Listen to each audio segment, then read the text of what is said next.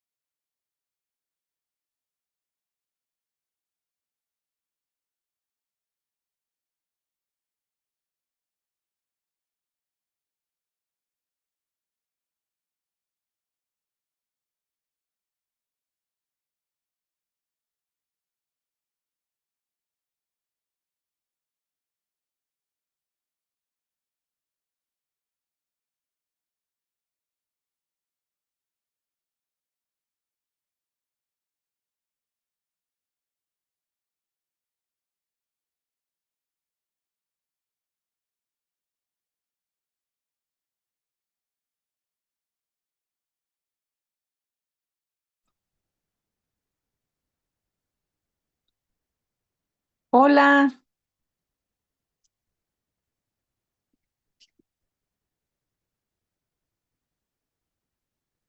Hola, Hola, doctora. doctora, buenas tardes. Buenas tardes, doctora.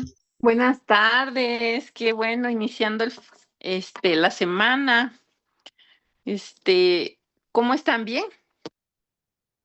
Bien, doctora, ¿y usted? Y también aquí con la dieta para la diverticulitis, puro chayote y, y zanahoria y nada de semillas.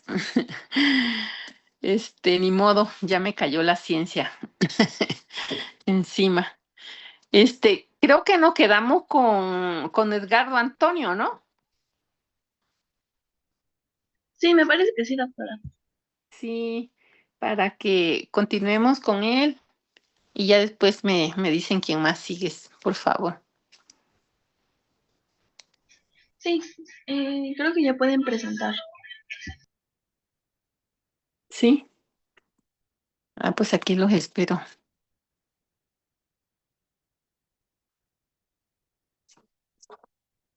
Así nos conviene mejor a las 4, ¿verdad? Para no carrerear. Sí, doctora. Sí, doctora, creo que sí. Sí, está muy carrereado antes y pues no hay necesidad, sí lo podemos hacer. Uy,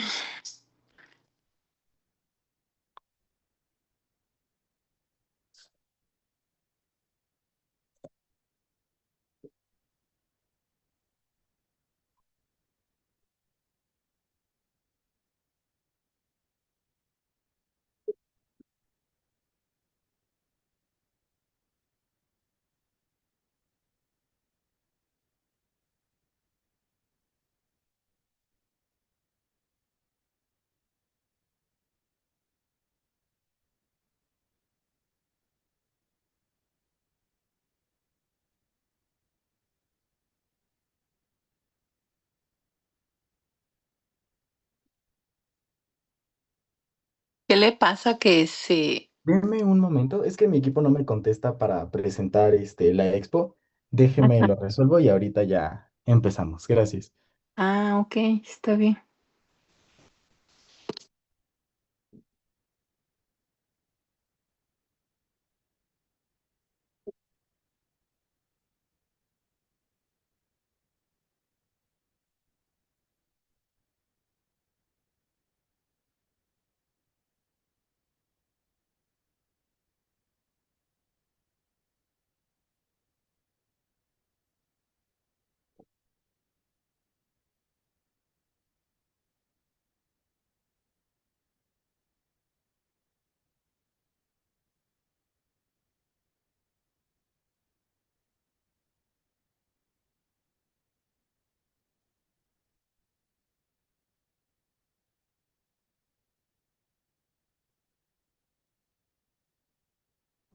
¿Alguien me deja compartir pantalla, por favor?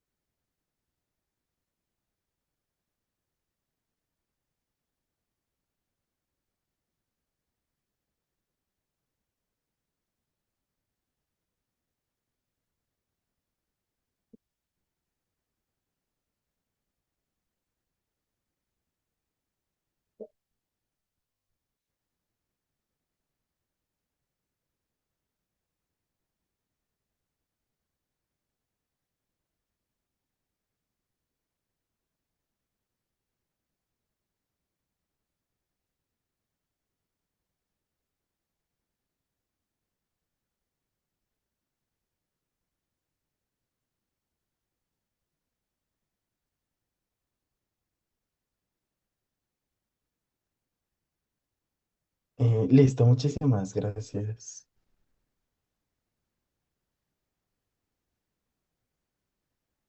Nos habíamos quedado, me parece, ya en tumores de células germinales.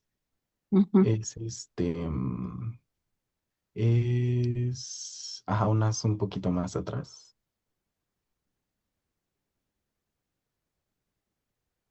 Sí, vimos los mucinosos, ¿no? Sí, ya nada más nos faltan estos dos. Bueno, todavía un poquito más, un poquito más. Es la 49, me parece. Sí, vale, muchas gracias. Bueno, entonces, continuando justo con este otro tipo, estos son los tumores de células germinales. Aquí, igual, pues son otro tipo de neoplasias ováricas, las cuales se definen justamente porque se originan a partir de células germinales pluripotenciales, las cuales migran hacia el ovario desde el saco vitelino. Estos, pues, justo tienen la capacidad de diferenciarse prácticamente a cualquiera de las capas germinales. En este caso, pues, la mayoría hacen teratomas, ¿vale? Pero pues se caracterizan justamente porque las ovogonias forman disgerminomas, el saco vitelino igual tumores de saco vitelino y el tejido placentario forman lo que se conoce como coriocarcinomas. Ujú. Justamente aquí está, pues justo como que este esquema nos, nos ejemplifica dependiendo de qué, tal cual, de qué capa o qué tipo de célula germinal es el tumor que ocasiona. La siguiente, por favor.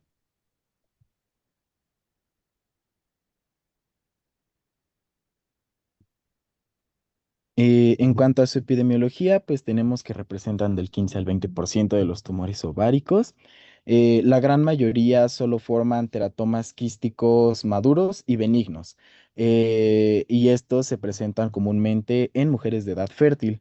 Em, en general, ahora sí, como tal en mujeres jóvenes, es más frecuente y más común que aquí sí predominen las formas malignas.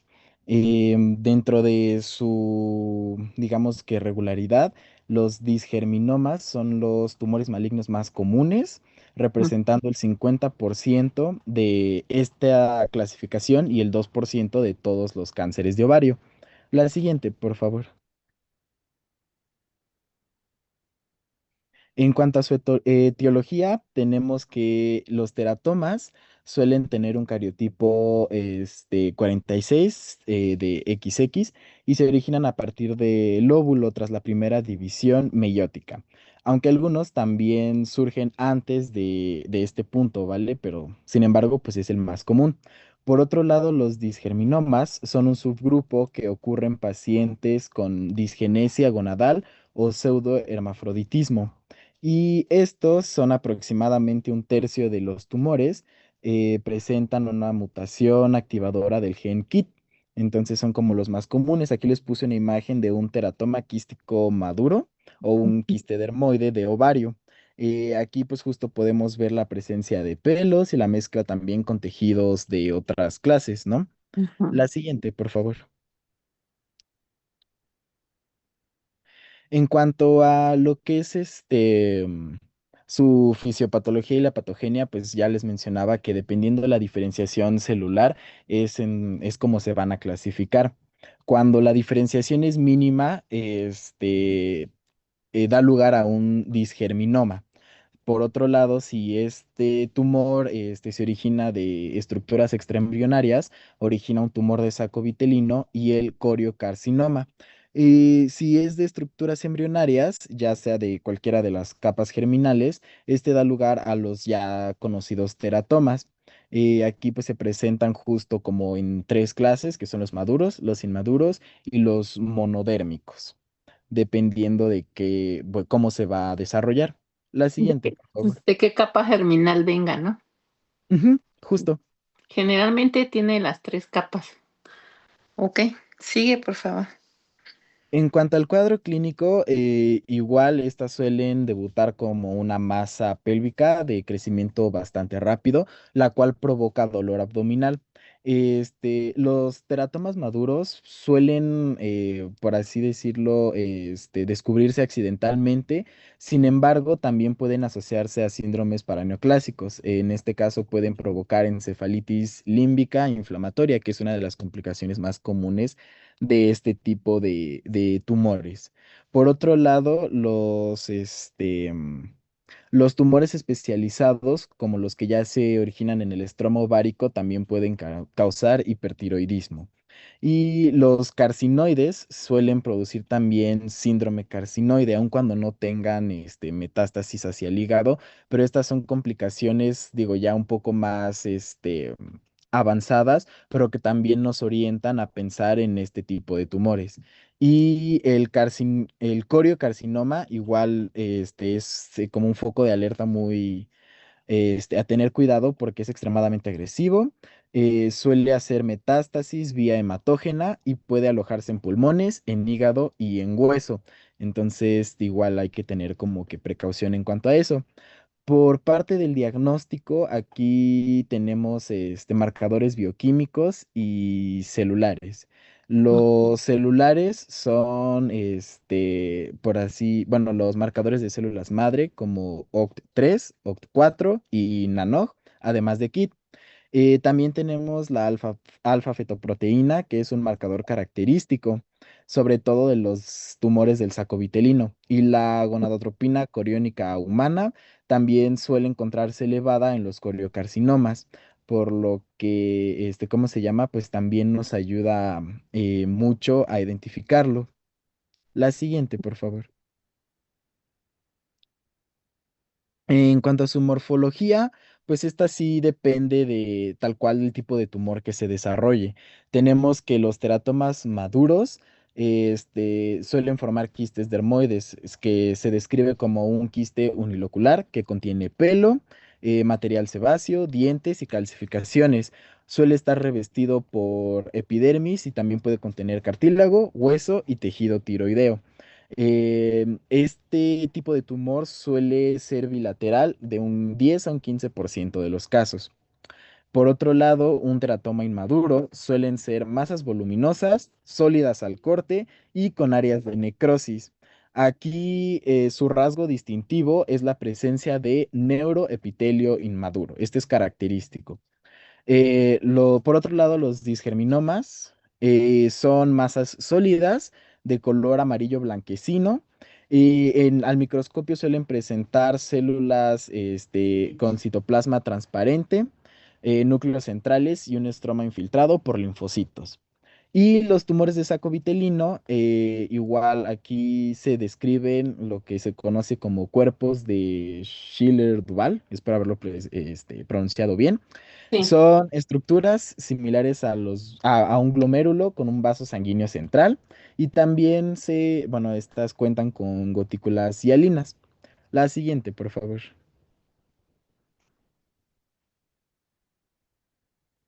Mm, mm, mm. Sí, actualmente los teratomas sí en los libros pues siguen apareciendo las clasificaciones así, maduro, maduro, pero actualmente ya han corregido esa clasificación y ya nada más de ponerle teratoma y a veces en qué porcentaje encuentras, porque en el ovario a veces vienen mixtos, traen componente, por ejemplo, de teratoma, digerminoma, ¿no? Senos endodérmicos y hay que poner qué porcentaje. Y lo que se ha visto es que se creía, ¿no? Que el teratoma maduro pues era más benévolo y no metastatizaba. Y se ha visto, se han estudiado varias series donde aparecen que pueden metastatizar hasta retroperitoneo, ¿no? Entonces, hay que tener cuidado nada más en eso porque pues son clasificaciones que se van actualizando, ¿ok? Sí, Muchas gracias, doctora. Ah, y eso del corio, por eso es importante el control prenatal. Cuando la mujer está embarazada, su primer trimestre, pues va creciendo, ¿no? La cavidad abdominal y debe de ir de acuerdo a los días o semanas de gestación. Y el corio lo que hace es que empieza a crecer y no coincide con las semanas de edad gestacional. Entonces le hacen el estudio de la gonadotropina coriónica humana y resulta que está súper elevada, ¿no? Con eso se confirma el diagnóstico Ujú. y obviamente pues ya aquí entra la parte de que pues ya tienen que ir con un ginecólogo más experto, ¿no? En este tipo de patología neoplásica. Ok, muy bien. Bueno, gracias, doctora. Aquí, justo les puse estas imágenes. Ajá, En lo que es la parte superior, bueno, de mi lado es la izquierda, creo que todos están viendo, lo que tiene como esos puntitos, en el centro. Ese es un teratoma quístico benigno. Aquí, como tal, es tomado de piel.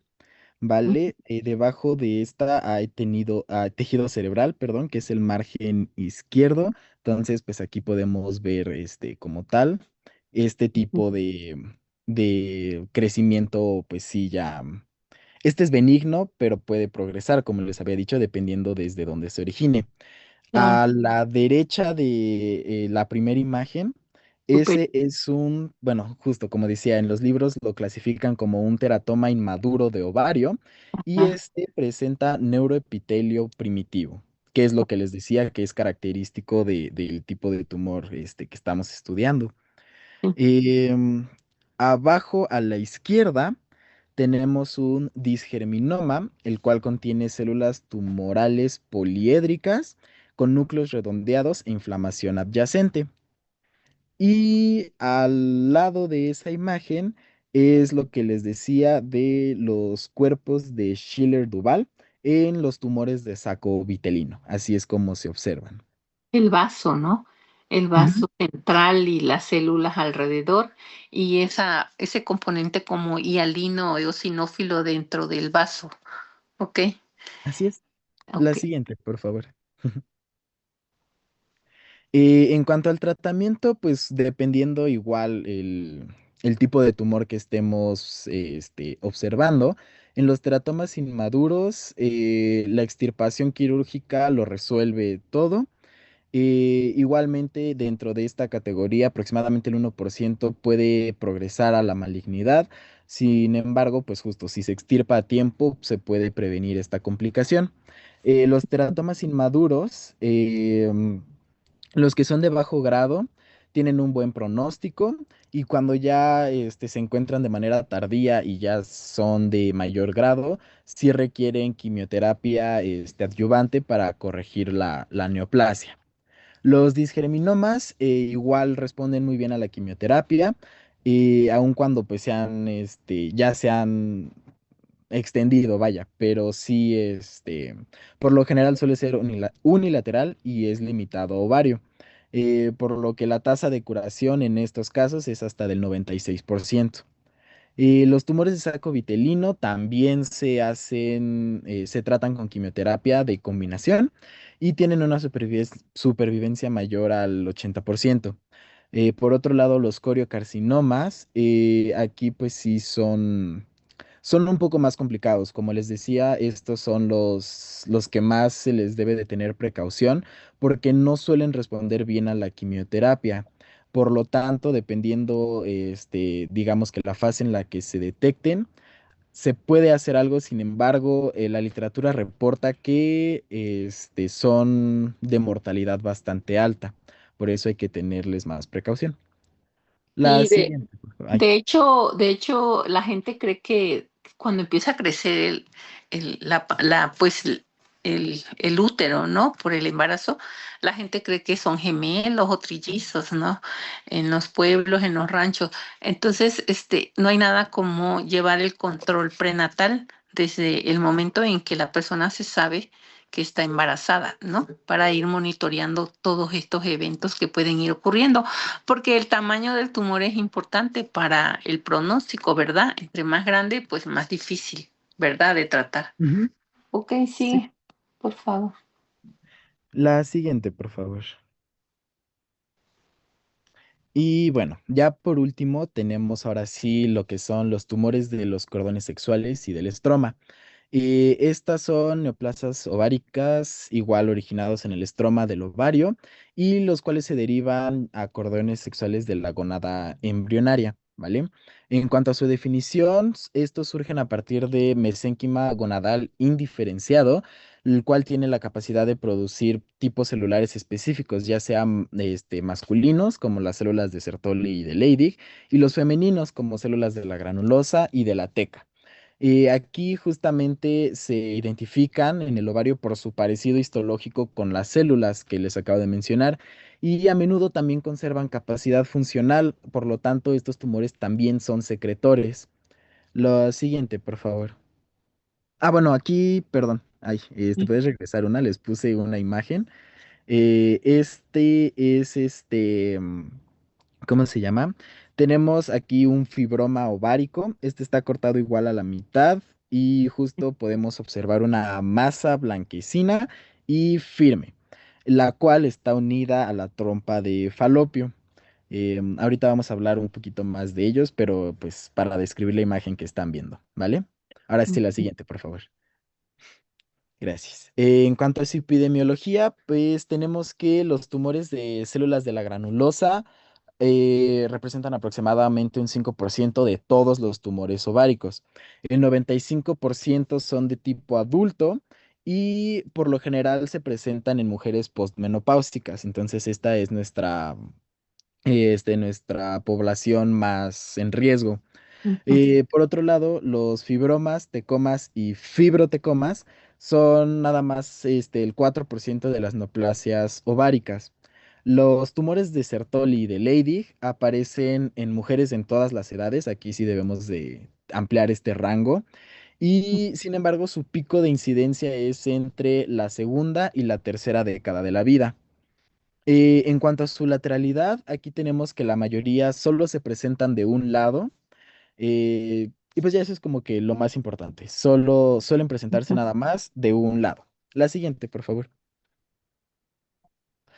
En cuanto a su etiología, aquí pues se han identificado varias mutaciones genéticas específicas que actúan como conductores de estas neoplasias. Dentro de las principales tenemos una mutación de FOXL3, L2, perdón, el cual en el 97% de los tumores de células de la granulosa está alterado. También tenemos este otro gen, DICER1, la cual está presente en más de la mitad de los tumores de células de Sertoli y Leydig. Y aquí lo que afecta pues es justamente la regulación del microARN, por lo tanto pues es la razón por la que se presentan este tipo de tumores. La siguiente, bueno, no, perdón. Aquí igual, en la imagen que les puse, esta es, bueno, son células tumorales que se dispusieron en láminas interrumpidas por pequeñas estructuras semejantes a un folículo.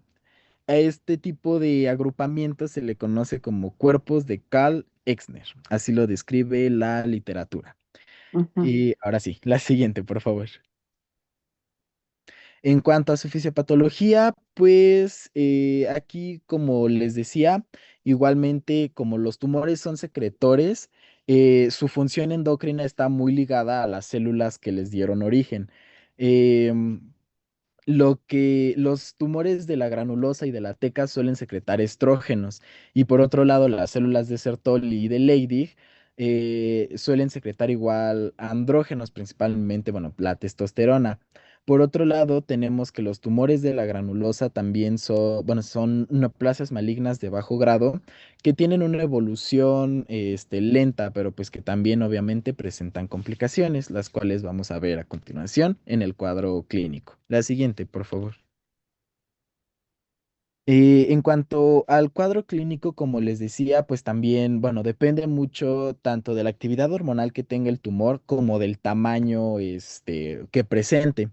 Ujú. Dentro de sus principales, manifestaciones son el hiperestrogenismo, cuando los tumores son de las células de la granulosa y de la teca.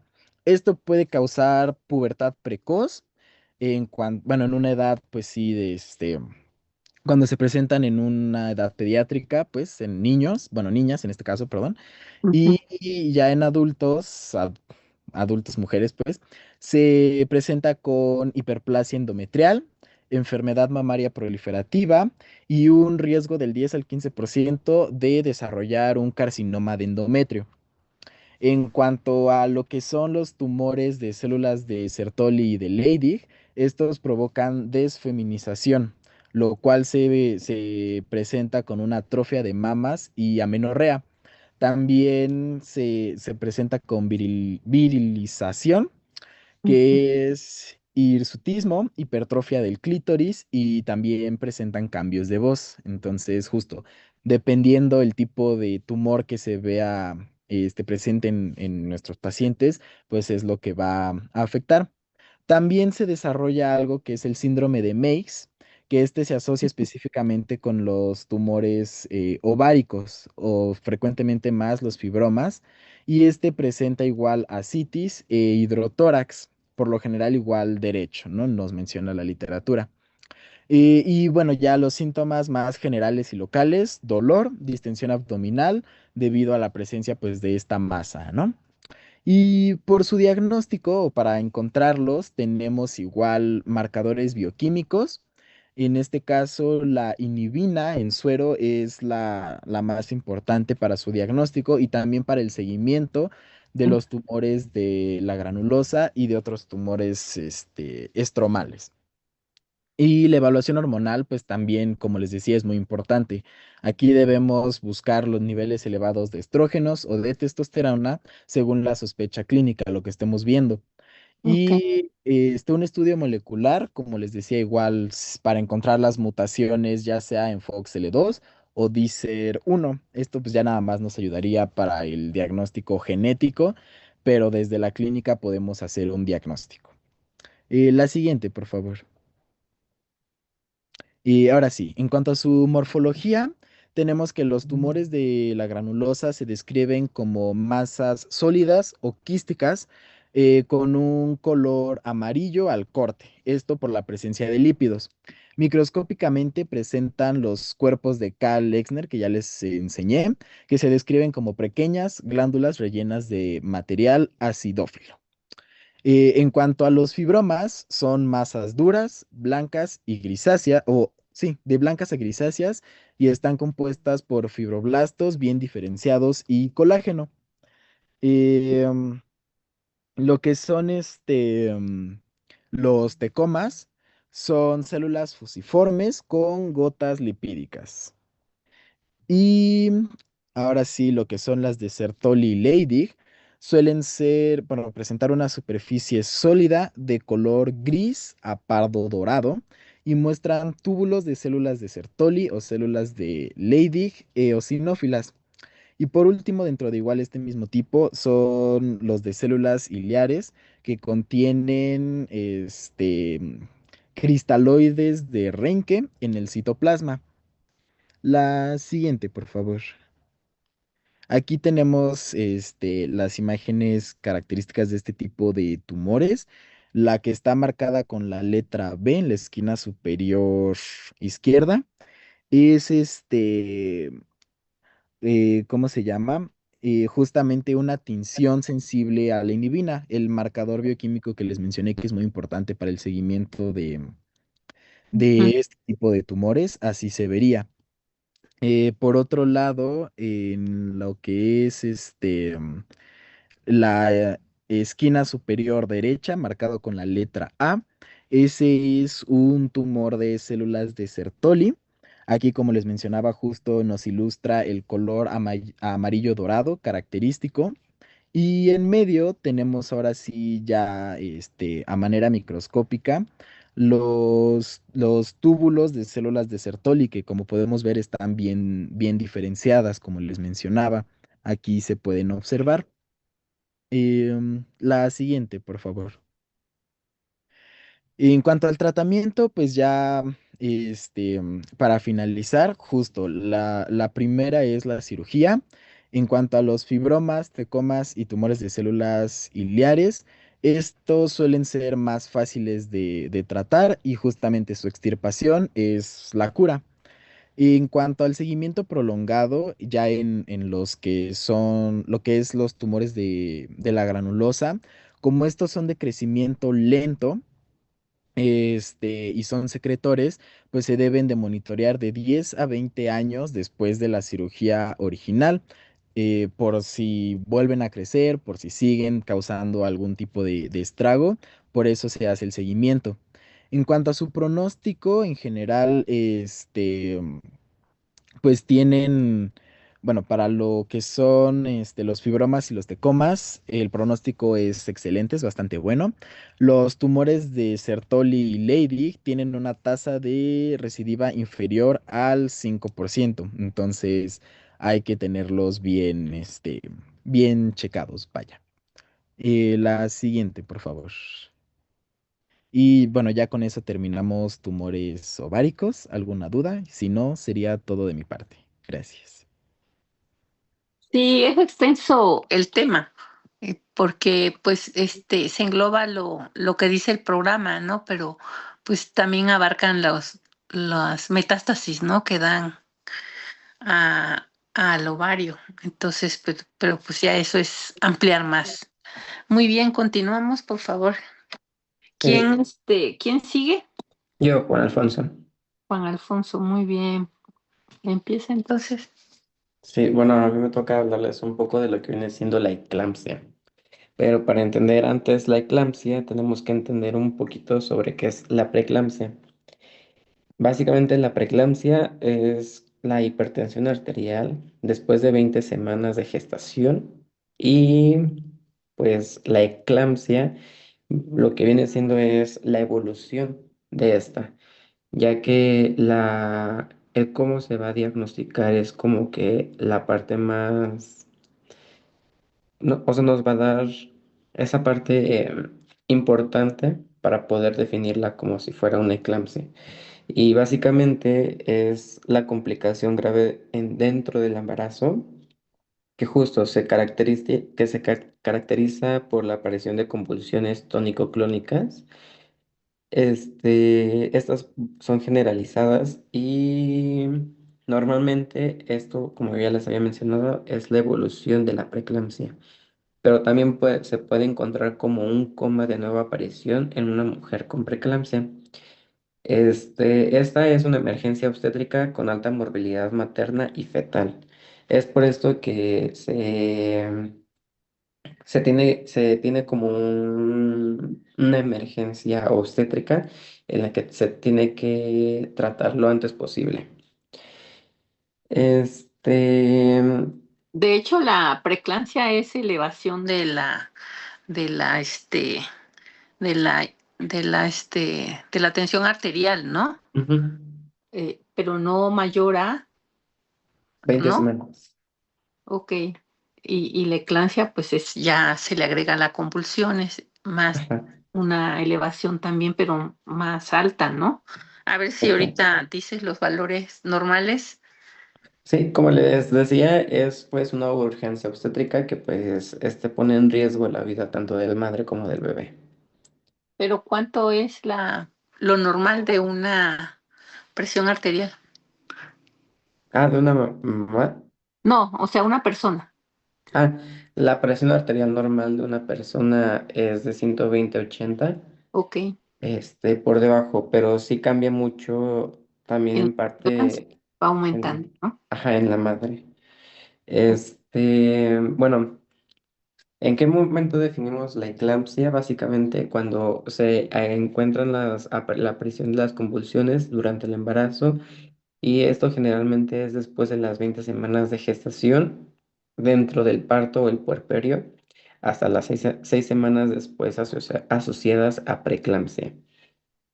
Este, también la eclampsia se puede evolucionar sin haber encontrado una hipertensión o proteinuria evidentes en estas semanas de gestación o del puerperio. Pero pues es muchísimo menos frecuente que lo que se evalúa normalmente como epidemiológicamente la evolución de la preeclampsia.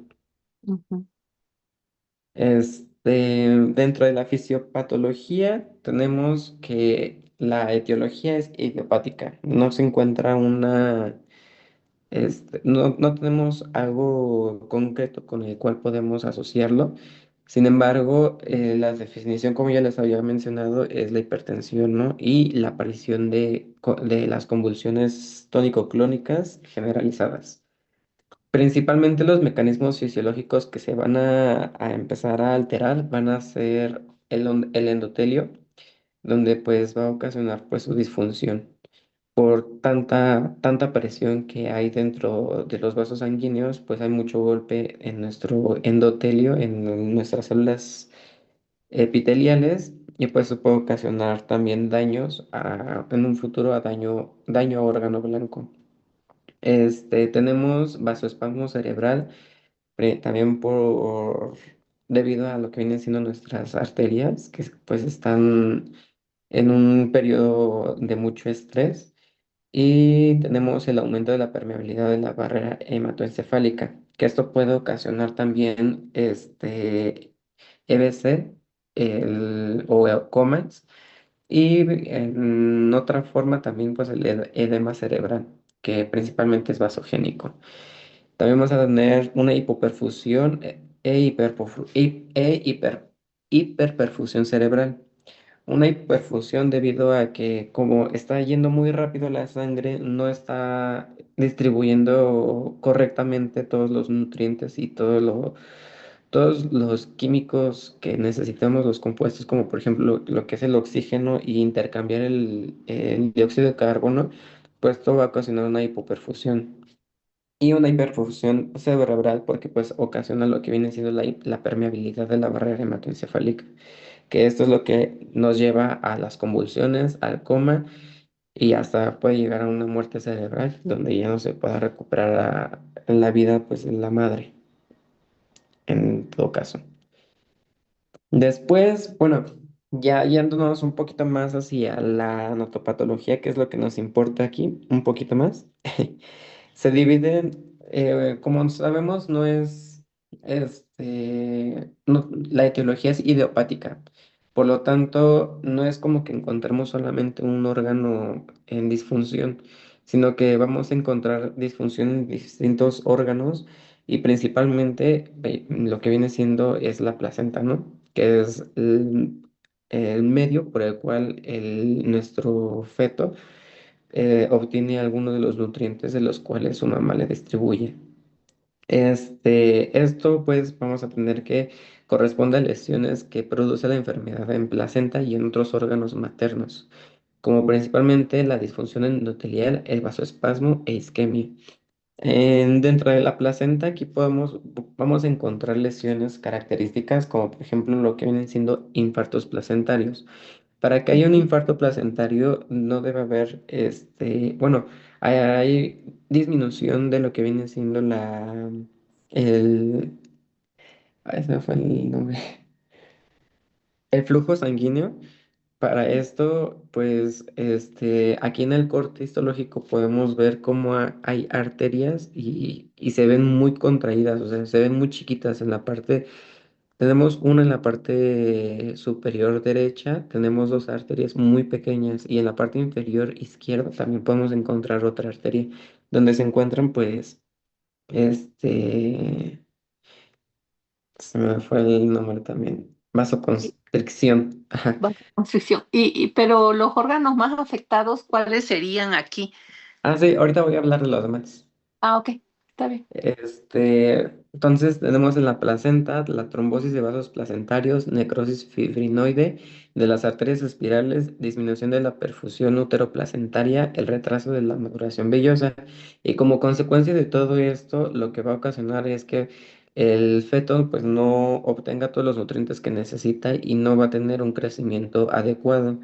Por otro lado, también puede sufrir de hipoxia y desprendimiento prematuro de la placenta, porque no está obteniendo, no Ujú. está realizando sus funciones fisiológicas.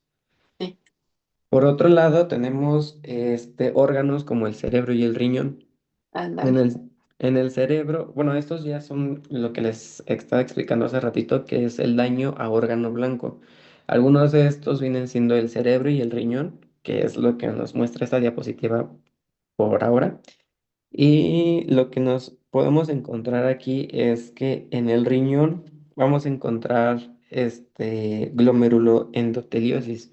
Estos son una lesión típica en la que pues en nuestro corte histológico vamos a encontrar edema e hinchazón de las células endoteliales glomerulares y un estrechamiento un estrechamiento de los capilares glomerulares. Es decir, no va a haber un correcto flujo sanguíneo y pues por ende ocasiona todo este tipo de, de patología en nuestro riñón. Este, y pues va a haber una disminución en la filtración glomerular y por otra parte también podría haber la proteinuria que podríamos encontrar pues en la orina, ¿no?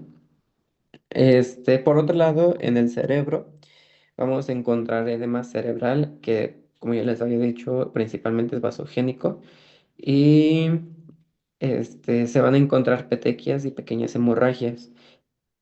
Normalmente también podemos ver cuando se hace un corte histológico de cerebro, que obviamente no se realiza como algo estándar o algo que se tenga No, que... esto se hace, pero ya generalmente la paciente ya falleció. Ajá, Entonces se ve todo lo que estás presentando ahorita se ve en autopsias. Ujú. ajá, Es todos los daños que causa, pero se ven en una autopsia. sí, Y justo. ok, sigue, por favor. Bueno, también se han encontrado hallazgos en las que las neuronas se ven también ya como si estuvieran realizando apoptosis por la falta también de la sangre, por todo ese tipo de vasoconstricción y el edema que también ocasionó en nuestro edema cerebral. En consecuencia de todo esto, en el cerebro lo que puede ocasionar clínicamente es dolor de cabeza, es decir, cefalea, alteraciones de la visión y pues lo que más importa dentro de nuestro diagnóstico, lo que nos va a dar como que el paso a diagnosticar la eclampsia, las convulsiones o el coma. Ujú. Por otro lado, tenemos el hígado. El hígado también es otro de los órganos blancos que pueden ser afectados debido a la eclampsia. Aquí vamos a encontrar necrosis periportal, hemorragias subcapsulares y depósitos de fibrina. Y en casos muy graves puede aparecer el síndrome de HELP. El síndrome de HELP básicamente es una tríada donde vamos a encontrar hemólisis, es decir, la muerte de las células de los glóbulos rojos, elevación de las enzimas hepáticas y plaquetopenia, es decir, que disminuyen las plaquetas o están muy bajas. En el síndrome de HELP es básicamente, como ya les había mencionado, una complicación grave de lo que viene siendo una asociación hacia la preeclampsia, que pues también puede presentarse sin hipertensión evidente, pero como ya les había mencionado, es menos frecuente de lo que se encuentra en la hipertensión. Este, este síndrome también se representa como una urgencia obstétrica que pues requiere el diagnóstico y el tratamiento oportuno y lo más pronto posible para la salud de la madre y del bebé. Y principalmente los signos y síntomas en este síndrome vienen siendo el dolor intenso en la parte superior derecha del abdomen o por debajo de las costillas, que es por donde podemos encontrar el hígado, ¿no? En el cuadrante superior derecho. La hepatomegalia, ¿no? Ajá. Náuseas y vómitos, dolor de cabeza persistente, alteraciones visuales y malestar general e hinchazón. Y normalmente, pues, ¿cómo se trata el gel? Básicamente depende de la edad gestacional y de la gravedad del cuadro. Pero el objetivo, pues, principal es estabilizar a la madre y prevenir complicaciones que se pueden incluir, pues, medicamentos para controlar la presión arterial y el sulfato de magnesio para prevenir las convulsiones, que eso es ahorita lo que vamos a ver en un ratito sobre el tratamiento. Y pues todas las consecuencias clínicas dentro de lo que nos puede ocasionar el hígado es el dolor intenso en epigastro hipocondrio derecho, que es un dato de gravedad y que es uno de los datos en los que nos podemos basar para poder sospechar sobre GEL.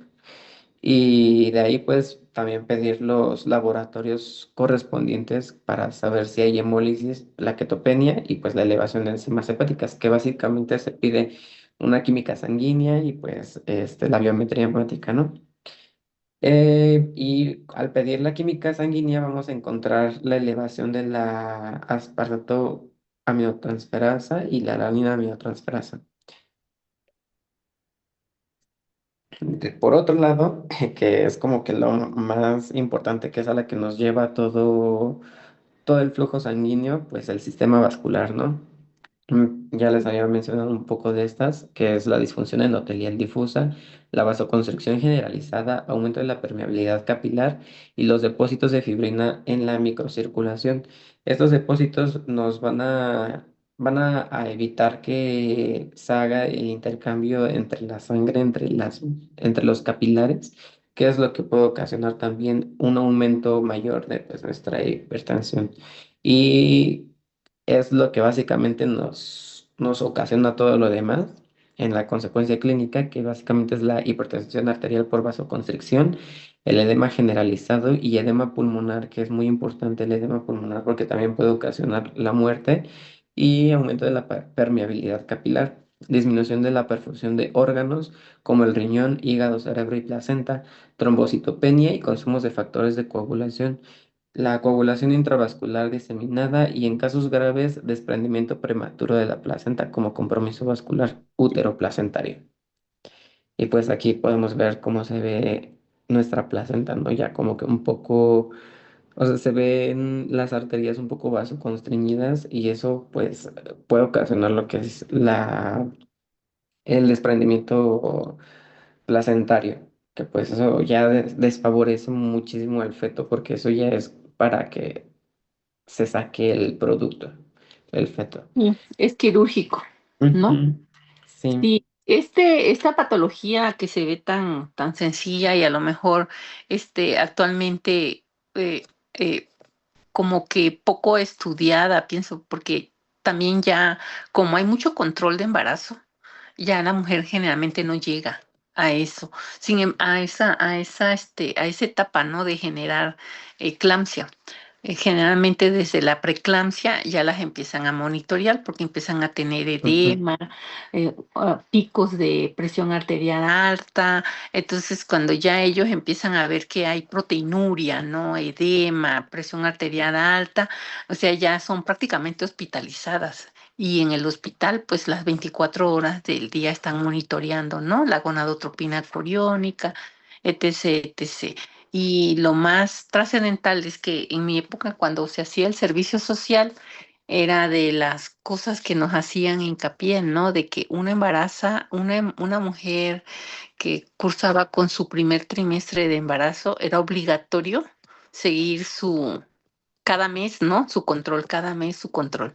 Y el pasante que no lo hacía, pues era calificado, incluso sancionado, porque una muerte fetal, así como una muerte infantil menor de 5 años, era súper sancionado. O sea, hasta te podían quitar tu servicio social, ¿no? Era muy vigilado. Los supervisores estaban ahí constantemente, sobre todo en Secretaría de Salud. Entonces, no permitían pues que llegaran a los extremos. Y ahorita pues en la ciudad, en las periferias, pues ya es un poco también más vigilado, ¿no? Entonces, pero sí vemos, por ejemplo, en los hospitales de ginecobstetricia, ahí están jóvenes y añosas, ¿no? Con diabetes estacional, en este caso de monitoreo, ¿no? De la eclampsia, e inmediatamente interrumper el embarazo, ¿no? O sea, no se ponen a pensar en ese momento más en el producto, sino en salvar la vida de la mujer, ¿no? Porque así como lo dice, síndrome de él está pidiendo ayuda, el organismo, ¿no? Sacando el bebé se normaliza todo, pero a veces ya llegan muy graves. Han llegado a veces hasta en helicóptero y ya cuando llegan ya prácticamente hay poco que hacer por la mamá y por el bebé y fallecen ambos. Entonces, por eso es que son hospitalizadas y desde ahí en el Seguro Social, en la Secretaría de Salud, en el ISSSTE, van monitoreando, ¿no? Las elevaciones y que no llegue al extremo, ¿no? De que fallezca. Luego hay algunas que se salvan, pero están en terapia más de 40 días y cuando salen con daño renal, hepático, etcétera, ¿no? Y además pérdida del producto, o el producto sale como es prematuro, sale con mucho daño, ¿no? A nivel de diferentes órganos. Es todo una consecuencia desde el momento. Por eso dicen que la medicina preventiva, pues es la madre, ¿no? De todas las medicinas. Y desde ahí, pues es el control del embarazo, la alimentación, etc., etc. Y ya lo que mostraste al final que se ve aparatoso, ¿no? Pues el daño hepático, renal y sobre todo la tromboembolia que hacen, ¿no? Ok, muy bien. ¿Quién continúa? No, todavía no termino. Ok, pensé que ya había Este, terminado. Vas a no, hablar de tratamiento, ¿no? ajá, falta los factores de riesgo y las manifestaciones. Ándale, sí, eso es importantísimo. Ok, continúa pues, por favor. Bueno, dentro de la eclampsia, los factores de riesgo tenemos, aunque pese a que ya también, como dice la doctora, ya está controlada, tenemos factores de riesgo como por ejemplo la primigesta, es decir, que es el primer embarazo, antecedentes de preeclampsia o eclampsia, embarazo múltiple, obesidad, hipertensión crónica, diabetes mellitus, enfermedad renal o edad materna menor de 18 años o mayor de 35 años. Ok, Y dentro de las manifestaciones clínicas, antes de poder encontrar la eclampsia, es decir, durante un periodo de preeclampsia y de sospecha a la eclampsia, podemos encontrar la cefalea intensa persistente, dolor en epigastro o hipocondrio derecho, náusea y vómito, la hiperreflexia y clonus, alteraciones visuales, visión borrosa, fosfenos o escotomas y pues la hipertensión arterial. Pero los signos y síntomas que vamos a encontrar para poder confirmar ahora sí la eclampsia vienen siendo la convulsión tónico-clónica generalizada, el estado postnatal y la pérdida del estado de conciencia, que esos ya son datos neurológicos y es principalmente por lo que está ocasionando el edema en nuestro cerebro, ¿no? Y para diagnosticarlo es completamente clínico, son las convulsiones en una paciente con preeclampsia, es decir, que tenga hipertensión arterial o no, pero que se encuentren en las convulsiones. Debemos descartar otras causas como epilepsia, hipoglucemia, accidente cerebrovascular, hemorragia cerebral, meningitis o encefalitis y trastornos metabólicos. Y ahora para finalizar ya un poquito de esta parte de la eclampsia, el tratamiento principalmente es estabilizar a la mamá con el ABC, es decir, asegurar vía aérea, oxígeno, canalizar vía venosa y monitorización del materno fetal. Por otro lado, tenemos el sulfato de magnesio, que es el tratamiento de elección para las convulsiones y es una dosis de carga de 4 a 6 gramos intravenosa en 20 o 30 minutos. Y el mantenimiento, es decir, después de la dosis de carga, se tiene que dar de 1 a 2 gramos por hora intravenosa durante 24 horas durante la última convulsión o el parto o del parto. Y por otra parte, pues tenemos que controlar también la hipertensión. La hipertensión, si la tensión arterial está mayor a 160 a 110 milímetros de mercurio, que es como que lo que normalmente se encuentra en clínica, aunque también encontramos se puede denominar una hipertensión arterial de 140 sobre 90 milímetros de mercurio. Y se utilizan fármacos que estén verificados por la EDA, es decir, Ujú. que no tenga que, ¿cómo se dice? Estar o sea, que pueda tener el embarazo y el fármaco a la vez, porque hay algunos fármacos para hipertensión que no están autorizados durante el embarazo. Ah, porque causa Algunos daño al bebé. Ajá. Ok. Algunos de los que de los que sí podemos utilizar es el betalol de generación 4, la hidralazina de generación 4 y el nifedipino oral de liberación inmediata. Y finalmente lo que más esperado o lo que se necesita realizar sí o sí después de encontrar la eclampsia es encontrar la finalización del embarazo. Esto porque pues ya, como nos dijo la doctora, al sacar el bebé del feto de la mamá, pues se empieza a estabilizar todo el cuerpo de la mamá porque pues ya no está manteniendo otro ser humanito dentro de ella. Y pues es el tratamiento definitivo una vez que se estabiliza la madre. La vía del parto depende de las condiciones obstétricas, la eclampsia por sí sola y no obliga a realizarse cesárea. En caso de que, o esperemos que nunca nos pase, pero pues somos seres humanos y a veces nos equivocamos en nuestras acciones, pero en caso de dar de más el sulfato de magnesio, que es el tratamiento de elección para las convulsiones y puede ocasionar una toxicidad, podemos encontrar en la clínica lo que vienen siendo la pérdida de reflejos osteotendinosos, la depresión respiratoria, bradicardia y paro cardíaco en casos graves.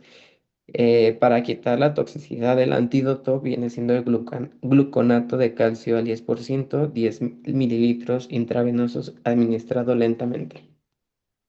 Sí, aquí lo importante es que si no sabes usar un medicamento o no sabes hacer un procedimiento, mejor frenarse, ¿no? Sí, Y causa uno menos daño diciendo no sé, y es mejor aprender y ya aplicarlo, ¿no? Porque en medicina, pues sí, es muy grave, ¿no? Todas nuestras acciones son muy vigiladas, criticadas y todo. Pues por eso es importante que ahorita como están ustedes, como Bob Esponja, ¿no? Absorbiendo todo lo que puedan, ¿sí? Desechar lo malo y aprender lo bueno y ser crítico, pero también aportar y obviamente, o sea, como dicen, no hay peor persona que se quiera pasar de listo, ¿no? Queriendo hacer innovaciones, inventos y todo, sin antes tener conocimiento por las consecuencias que tiene, ¿no? Porque son seres vivos, bien dijiste, ¿no? Hasta con los animales, las plantas. Ahorita estamos muy, a la vanguardia, ¿no? Cuidando nuestro entorno. Ok, continúa, por favor. y ya finalmente, pues las complicaciones de la eclampsia, ¿no? Aquí las Bien. dividí en maternas y fetales. Dentro de las fetales tenemos que puede haber una restricción del crecimiento intrauterino, la prematuridad del bebé, la hipoxia fetal y lo más grave, pues la muerte fetal, ¿no? Que justo como nos decía la doctora, ya en México no puedes perder a un bebé, a un bebé porque pues sí conlleva muchas cosas legales y más aparte, si pierdes tanto al bebé como a la madre, pues son dos vidas y está muchísimo peor. Y en las maternas tenemos la hemorragia cerebral, el edema pulmonar, la insuficiencia renal aguda, coagulación intravascular diseminada, el síndrome de HELP, el desprendimiento prematuro de placenta y pues lo más grave, la muerte materna. Sí, supone que ahorita tenemos todo para que nosotros estemos checándonos, ¿no? Entonces, pues sí, es un poco criticado de que pues vivas en una ciudad y que no te hayas hecho un papá Nicolau, que no te cheques la presión Y pues también he criticado de que estés tomando refrescos muy endulzantes, no comiendo comida chatarra y fritangas y todo eso. Entonces, pues sí, es responsabilidad también del médico, pero también el paciente, ¿no? Ok, ¿qué sigue? Ok, ahora continuando con la enfermedad trofoblástica gestacional, vamos a ver, siguiente por que, bueno, básicamente, esta comprende un grupo de alteraciones que se van a caracterizar por una proliferación anormal del trofoblasto, que pues básicamente es el tejido fetal encargado de formar la placenta. Y bueno, recordando que el trofoblasto normalmente tiene dos funciones, que una es permitir la implantación del embrión y establecer el intercambio materno-fetal. Y cuando ese tejido prolifera de manera descontrolada, es cuando van a aparecer estas enfermedades. Básicamente se clasifican en molares y lesiones no molares. Por un lado, las lesiones molares, pues incluyen, ahorita vamos a ver cada uno, pero está la mola hidatiforme completa y la parcial, mientras que dentro de las formas malignas encontramos la mora invasiva, el coriocarcinoma y el tumor trofoblástico del lecho placentario. En la imagen, por ejemplo, vemos un ejemplo de lo que es la mola hidatiforme parcial, y algo que todas tienen en común es que producen gonadotropina coriónica humana, y por esto es el marcador como más destacado de esta parte. Siguiente, por favor. Y bueno, Robbins la describe como básicamente una masa voluminosa de vellosidades coriales edematosas que en ocasiones con dilataciones quísticas que recuerdan macroscópicamente a un racimo de uvas. Y bueno, esta apariencia no es una casualidad, sino que cada una de esas pequeñas vesículas corresponde a una vellosidad corial que perdió su estructura normal y comenzó a llenarse de líquido debido a la presencia de edema. Y justo la fotografía que está aquí muestra cómo está este aspecto como de racimo de uvas. Siguiente, por favor. Y bueno, ahora sí, comenzando con la mola hidatidiforme completa, esta va a ocurrir cuando hay un óvulo vacío, es decir, que no tiene nada de material genético materno y es fecundado. Entonces, aquí existen dos mecanismos, básicamente. El más frecuente consiste en que un espermatozoide fecunda ese óvulo vacío y posteriormente duplica el ADN y termina originando un cariotipo 46XX, que es completamente de origen paterno. Y la segunda posibilidad es que dos espermatozoides fecunden el óvulo vacío. Esto va a terminar originando un cariotipo 46XX o 46XY. Y bueno, aquí surge una pregunta de por qué si tiene 46 cromosomas no se desarrolla un embrión. Y la respuesta básicamente está en que los genes paternos favorecen principalmente el desarrollo de la placenta y la proliferación del trofoblasto, pero los genes maternos son indispensables para, como tal, el desarrollo embrionario. Entonces, al faltar el genoma materno, prácticamente, pues toda la energía genética se dirige a un crecimiento de la placenta normal. Y bueno, Descontrolado, ¿verdad? Descontrolado y anormal. exacto.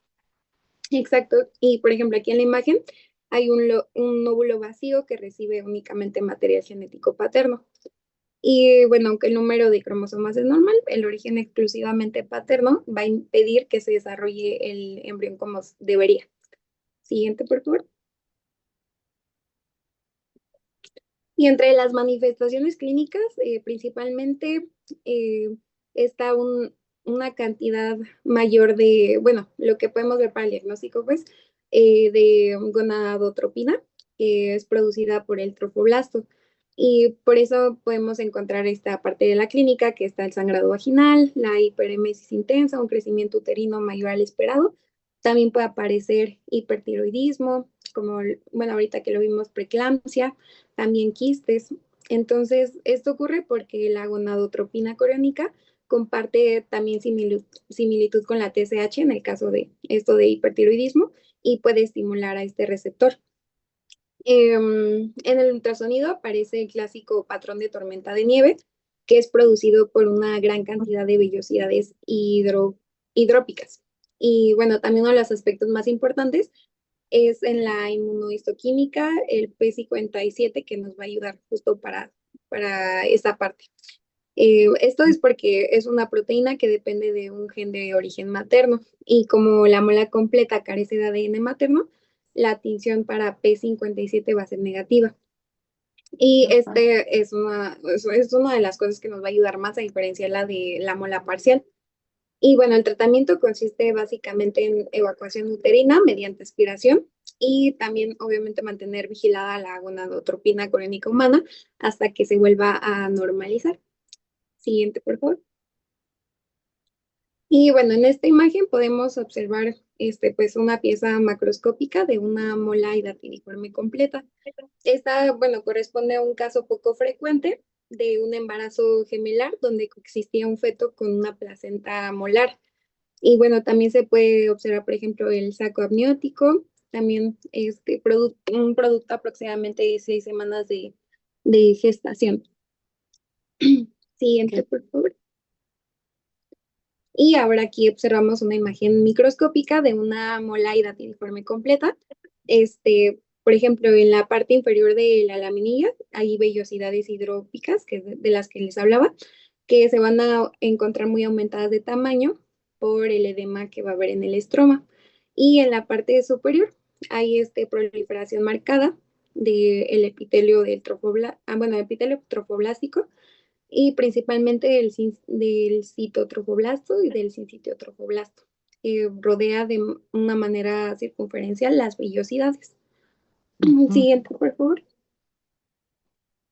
Y ahora viendo lo que es la mola hidatidiforme parcial, en este caso ya no es completa, es parcial, que a diferencia de la primera, aquí el óvulo sí va a contener material genético materno. El problema va a ser que es fecundado por 2 espermatozoides o puede ser también por un espermatozoide diploide. Y esto da lugar a un embrión con 3 juegos de cromosomas, también llamado cariotipo triploide, pues. Y bueno, los más frecuentes son estos que les puse, 69XXY y 69XX, y con menos frecuencia el XYY. Y aquí la presencia del material genético materno permite que permite que exista cierto desarrollo embrionario, aunque pues suele ser anormal. Y por eso, a diferencia de la mola completa, aquí sí podemos encontrar restos fetales, también de membrana o incluso un embrión en etapas tempranas. En la imagen, por ejemplo, se observa precisamente macroscópicamente la presencia de este tejido molar. Siguiente, por favor. Y bueno, las pacientes con mola parcial con frecuencia van a llegar al hospital pensando que tuvieron un aborto o pues sí, muerte embrionaria, básicamente. Y aquí también los niveles de la HCG van a estar elevados, pero bueno, rara vez van a alcanzar cifras tan altas como en la mola completa. Y en el ultrasonido normalmente se encuentra un feto con alteraciones estructurales o ya sin actividad cardíaca. También puede haber una placenta pues aumentada de tamaño, también cambios quísticos y también después de la evacuación uterina mediante aspiración es indispensable vigilar los niveles de la gonadotropina coriónica humana. Y bueno, aquí el riesgo es menor que la completa, pero todavía existe la posibilidad de desarrollar esta enfermedad trofoblásica persistentemente. Siguiente, por favor. Y bueno, esta tablita resume básicamente las principales diferencias de tanto la mola completa como la mola parcial.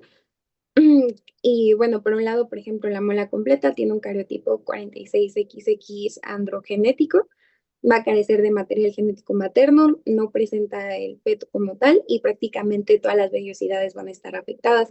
Y por el otro lado, la mola parcial tiene un cariotipo que es triploide, como lo había mencionado, también conserva ADN materno y puede presentar pues, tejido fetal.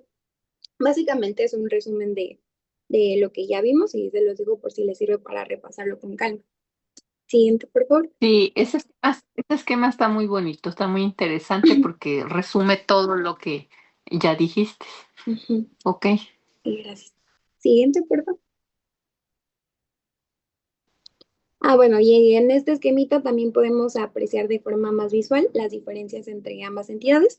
En la imagen de la izquierda observamos la mola completa, donde prácticamente toda la cavidad uterina va a estar ocupada por tejido molar y no existe un embrión. En la imagen de en medio vemos una mola parcial donde ya existe un feto, aunque presenta alteraciones importantes y la placenta tiene cambios molares. En la tercera imagen vemos un caso que es un poco frecuente, pero se trata de una mola parcial con un feto ya vivo. Siguiente, por favor. Y bueno, en estas imágenes de ultrasonido también podemos diferenciar ambas entidades que ya vimos. En la imagen de la izquierda va a ser una mola completa y observamos lo que les comentaba del patrón de tormenta de nieve, que básicamente se produce por una gran cantidad de vellosidades hidrópicas, además de la ausencia pues, del saco gestacional.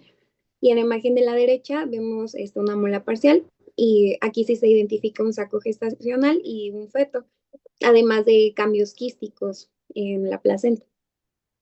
Siguiente, por favor. Sí, estos es una maravilla el ultrasonido ahí porque ayuda acá, generalmente cuando son endovaginales, ¿no? Exacto. Y lo sospechan con el ultrasonido acá superficial, y cuando lo sospechan se van al ultrasonido endovaginal. Muy bien, sigue, por favor. Muchas gracias. Ok. Bueno, ahora vemos la mola invasiva, que es una lesión de comportamiento mucho más agresivo que las dos anteriores. Y bueno, esta casi siempre va a derivar de una mola completa que no desapareció por completo después de la evacuación uterina por aspiración. Lo importante es entender que aunque sigue siendo una mola, ahora adquiere capacidad para infiltrarse profundamente dentro del útero. Entonces, bueno, aquí, por ejemplo, puede penetrar el endometrio, miometrio, vasos uterinos, también tejidos adyacentes. Y bueno, a diferencia de un cariocarcinoma, que lo vamos a ver más adelante, no tiene una capacidad metastásica como tal, pero pues sí puede penetrar estos tejidos, bueno, estas partes que ya les mencioné. Y bueno, básicamente. Siguiente, por favor. Bueno, esta clínicamente la sospecha va a aparecer cuando la paciente ya fue tratada por una mola y en lugar de disminuir la gonadotropina, esta va a permanecer elevada. También la paciente puede continuar con sangrado vaginal, va a presentar bueno, puede presentar dolor pélvico y un útero que no recupera todavía su tamaño habitual. También, bueno, en casos ya más graves puede producir una perforación uterina y una hemorragia también intraabdominal. Bueno, incluso algunas pacientes presentan nódulos pulmonares por embolización del tejido trofoblástico. Aquí es importante también recordar que para el diagnóstico no debemos de hacer biopsia por este mismo riesgo de hemorragia. Aquí también se va a caracterizar porque la HCG va a permanecer elevada. También aparece justo una masa en el miometrio y puede haber este sangrado que no se explicaba ahí. Siguiente, por favor. Okay. Y bueno, aquí vamos a ver el sistema FIGO y básicamente es un estándar para poder clasificar la enfermedad trofoblástica, como lo es el coriocarcinoma y la mola invasiva. Y básicamente es una tablita que utiliza ciertos puntos para recibir justo esta puntuación que nos indica el riesgo. Y bueno, esto nos sirve obviamente para determinar un tratamiento. Siguiente, por favor. Bueno, aquí vemos la tabla con las características y la puntuación que recibe.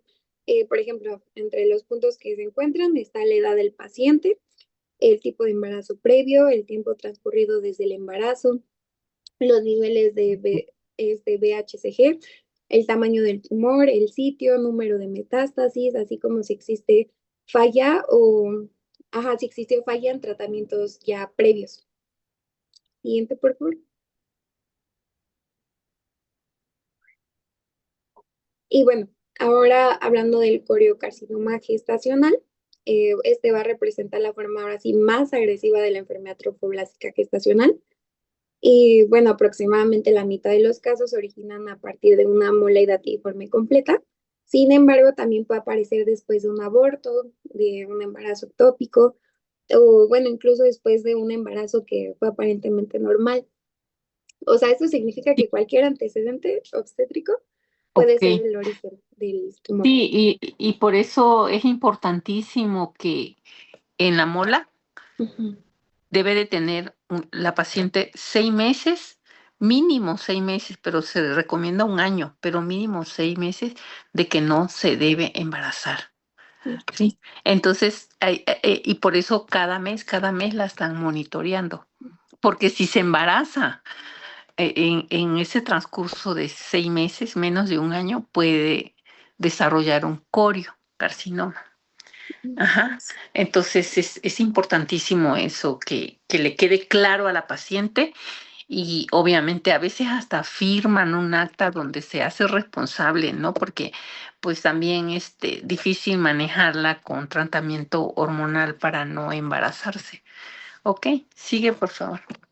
Sí, claro, como menciona la doctora, pues en cualquier caso obstétrico es importante el seguimiento, ¿no? Que se le debe dar a la paciente.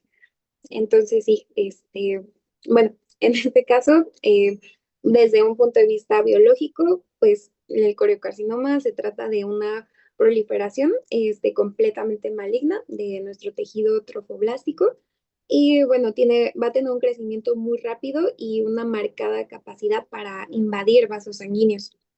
Siguiente, por favor. Y bueno, en esta diapositiva podemos ver un poco el comportamiento de este tumor. Macroscópicamente, el coriocarcinoma suele observarse como una masa muy hemorrágica y con áreas de necrosis. De hecho, pues la necrosis puede ser tan extensa que queda muy poco tejido tumoral viable.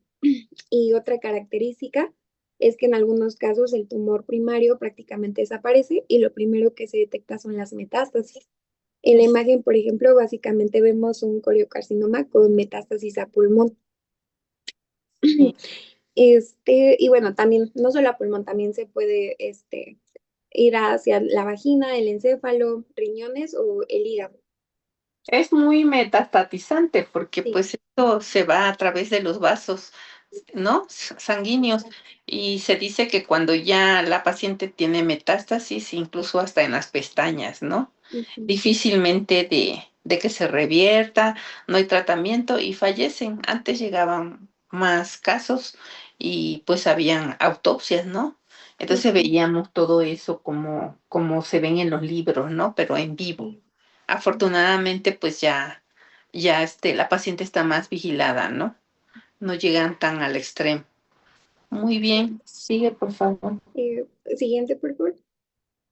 Y bueno, desde el punto de vista clínico, la manifestación más frecuente es el sangrado vaginal irregular.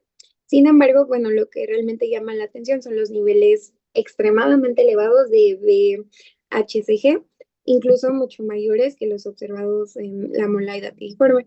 Y como este tumor invade muy rápidamente los vasos sanguíneos, las metástasis aparecen de forma pues muy temprana. Por ello es frecuente que algunas pacientes consulten por síntomas respiratorios, neurológicos, antes de presentar meramente estos síntomas ginecológicos. Y una característica, pues que ya vimos, es su marcada invasión vascular. Aquí las células penetran directamente en los vasos sanguíneos y viajan por nuestra vía hematógena. Y bueno, por eso los sitios de metástasis más frecuentes, como ya vimos, están el pulmón, la vagina, encéfalo, hígado y el riñón, y cada uno va a tener pues los principales síntomas, ¿no? Depende cuál sea afectado. Y bueno, como les comenté, aquí hay que poner atención cuando la paciente ya tuvo antecedentes de una mole datiforme, de un aborto, de un embarazo ectópico, y bueno, inclusive aunque ya sea un embarazo normal de término. Y ya, básicamente. Siguiente, por favor. Pasando al tratamiento, a pesar de tratarse de un tumor altamente maligno, tiene una característica que es particular de este y que es uno de los tumores sólidos con mejor respuesta a la quimioterapia. Bueno, bueno, esto se debe a que las células trofoblásticas tienen una elevada tasa de proliferación, lo que hace especialmente sensibles a los agentes citotóxicos. Entonces, incluso pacientes con metástasis extensas pueden alcanzar bien una curación, por lo que, bueno, ya cuando amerita una cirugía se reserva cuando ya hay una hemorragia incontrolable, cuando hay lesiones resistentes, focos aislados o complicaciones uterinas. Y bueno, aquí les Ok. dejo de los medicamentos que se suelen utilizar en una quimioterapia combinada. Siguiente, por favor.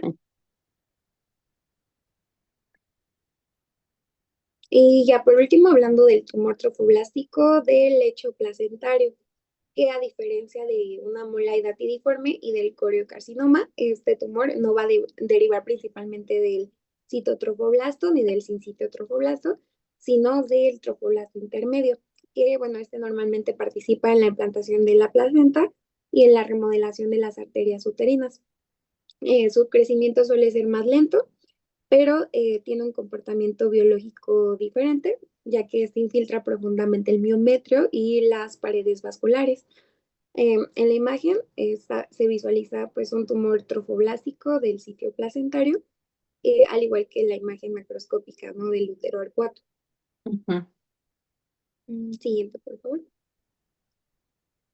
Y sobre su clínica, el síntoma más frecuente es el sangrado uterino irregular, también acompañado en ocasiones de amenorrea o aumento del tamaño uterino, que a diferencia de otras formas de enfermedad trofoblástica, aquí los niveles de HCG pueden ser sorprendentemente más bajos para el tamaño del tumor. Por ello, el diagnóstico suele apoyarse mucho más del estudio histopatológico y también del inmunohistoquímico. Y bueno, si está limitado al útero, el tratamiento principal va a ser la histerectomía. Y pues, ajá, siguiente, por favor. Ok. Bueno, y ya por último, aquí nuevamente tenemos un esquemita en donde la primera imagen corresponde a una mola invasiva, donde observamos que el tejido molar permanece dentro del útero e invade el miometrio. Histológicamente se observarían vellosidades hidrópicas y que, bueno, esos van a penetrar la pared uterina, pero generalmente no producen metástasis. En la imagen central se representa un coriocarcinoma que, a diferencia de la mola invasiva, aquí ya no existen vellosidades coriales, sino que se trata de pues una masa que es muy hemorrágica y necrótica que va a invadir los vasos sanguíneos. Y por ello el dibujito muestra pulmones, ya que son el sitio más frecuente de metástasis. Sí. Y finalmente, en la tercera imagen, observamos un tumor trofoblástico del sitio placentario, que este tumor infiltra el sitio donde se implantó la placenta y el miometrio de forma un poco más difusa. Y bueno, este se origina, pues, como lo había comentado, a partir del trofoblasto intermedio, produce poquita VHCG y tiene un comportamiento diferente, ¿no?, al coriocarcinoma. Siguiente, por favor. Bueno, básicamente eso es todo de mi parte. Como un resumen, ¿no? Sí. Muy bien, Ana. Me parece excelente cómo van presentando, porque pues lo importante es la clínica, ¿no? De ahí partimos al todo lo demás, comportamiento, ¿no?, del tumor, y obviamente las imágenes macroscópicas y microscópicas, ¿verdad? Y cómo se resuelve, ¿no? Muchas veces, en la medida que se pueda, ¿no? Por el tamaño de la neoplasia, del tumor. En este caso, pues ya vamos a entrar, parece, a ver glándula mamaria, y yo creo que la empezaríamos mañana, ¿verdad? ¿Quién empezaría con enfermedad fibroquística? Yo, doctora Héctor. Héctor, pues yo creo que Héctor, que mañana, ¿no? Para Sí, está que bien, doctora. arranques bien. Y después de enfermedad fibroquística, ¿tú también vas a ver neoplasias? Sí, voy a ver enfermedad fibroquística, fibroadenoma Ah, ok. y cáncer y Benignos, eso. benignos y malignos. Ok. Y después de esto, ¿qué sigue? Según la repartición que hicieron. Ya es lo último. Ya es lo último, ¿verdad? Entonces tú nada más faltas, o alguien más te va a ayudar. Héctor, yo creo que no me escuchaste, Creo que solo falta él, doctora. ¿verdad? Ok, entonces mañana acabamos con gineco, en la parte de patología mamaria. ¿Y qué equipos continúa para que yo me esté un poco más orientada el próximo lunes? Equipo 2 ¿Y qué tema? Es patología de pulmón. Ah, pulmón. Ok, bueno, pues mañana vemos los nombres, ¿no? Para que quede el lunes veríamos patología ya de pulmón, ¿ok? Y dejamos hoy pendiente para mañana lo de mama, porque es extenso. No me lo puedo imaginar pues en una sola clase, pero pues es resumido y lo más interesante. Y la verdad que lo han estado haciendo bastante bien. Sí, por favor, quiero que a mi correo me manden el grupo y el tema. Por cualquier cosa que el doctor Cananedo me pida, ver sus presentaciones, ¿verdad? Nos vemos Sí, mañana Sí, sí, doctora. a las 4. ¿Nos podría mandar el correo? ¿Me podría mandar el correo de nuevo, por favor, para enviárselo Ah, a mi sí, doctor? sí, sí, sí. Y Este, me gustaría que le hiciera un drive donde vayan adjuntando todas las exposiciones para que les sea más fácil encontrarlo todo en uno solo. ok. Sí, me parece perfecto también. Sí, Sí, para enviarle el link al chat y también al correo y les sea más fácil encontrar todas las presentaciones en un solo link. bueno, voy a pedir, a pedir ayuda para eso, porque yo no soy muy cibernética. Entonces, ahorita estoy aquí con mi celular porque también, pues, en la computadora, cuando estoy allá en patología, pues es un poco más sencillo. Y ahorita estoy aquí en la casa de ustedes y estoy más o menos, trabajando de esta manera, ¿no? Pero está bien, yo creo que lo importante es llegar al punto final de ver el tema. Bien, lo más que se pueda. Ok, nos vemos mañana. Adiós, doctora, Hasta cuídese mucho. mañana, doctora.